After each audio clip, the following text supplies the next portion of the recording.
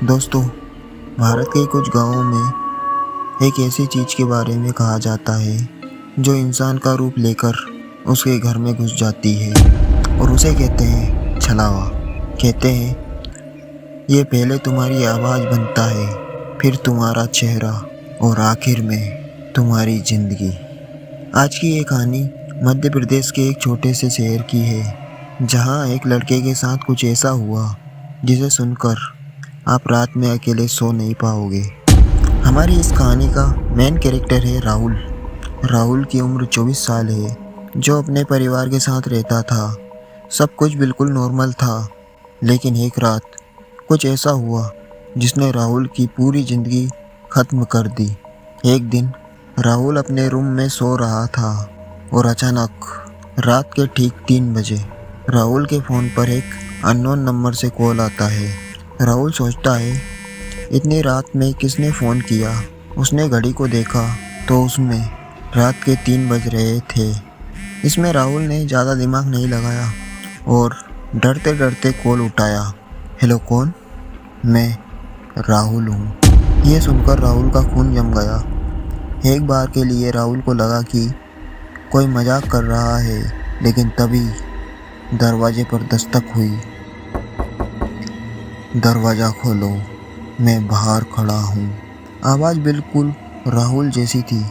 राहुल बहुत डर जाता है। राहुल के दिमाग में एक ही सवाल था, अगर मैं अंदर हूँ तो बाहर कौन है?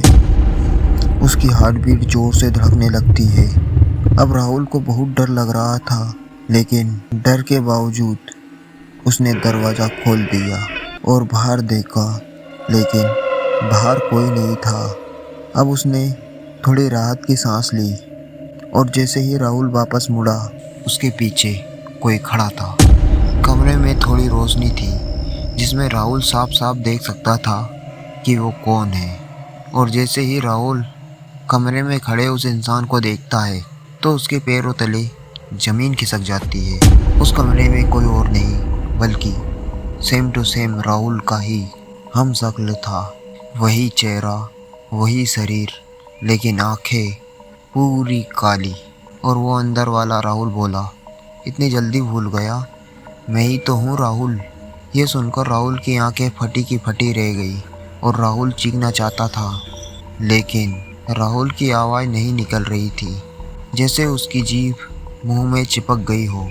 फिर वो अंदर वाला राहुल धीरे धीरे उसके पास आया और उस असली राहुल से बोला, अब तू बाहर जाएगा और मैं तेरी जगह यहाँ रहूँगा। अगली सुबह राहुल बिल्कुल नॉर्मल था, जैसे वही असली राहुल हो।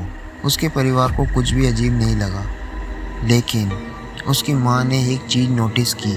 राहुल की आंखें कभी कभी पूरी काली हो जाती थी और वो रात के 3 बजे उठकर आईने में खुद से बात करता था, जैसे कोई और उसके अंदर हो।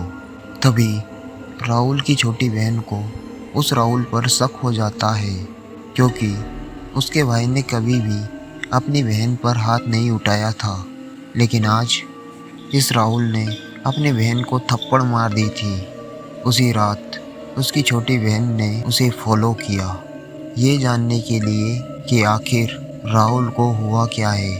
वो धीरे धीरे राहुल के रूम के पास जाकर धीरे से राहुल के रूम का फाटक खोलती है, और जो उसने देखा उसे देखकर उसके हाथ पैर कांपने लगते हैं। कमरे में एक नहीं बल्कि कई राहुल खड़े थे।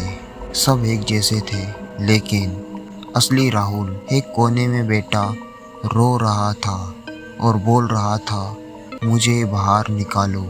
लेकिन किसी ने उसकी आवाज़ नहीं सुनी, क्योंकि अब वो इस दुनिया में नहीं था। यानी उसकी आत्मा उस कमरे के कोने पर बैठी हुई थी। अगले दिन पूरा परिवार अचानक गायब हो गया। पड़ोसियों ने बताया, रात में उस घर से कई आवाज़ें आ रही थी। उसमें से एक आवाज़ थी जो बार बार सुनाई दे रही थी, दरवाज़ा खोलो।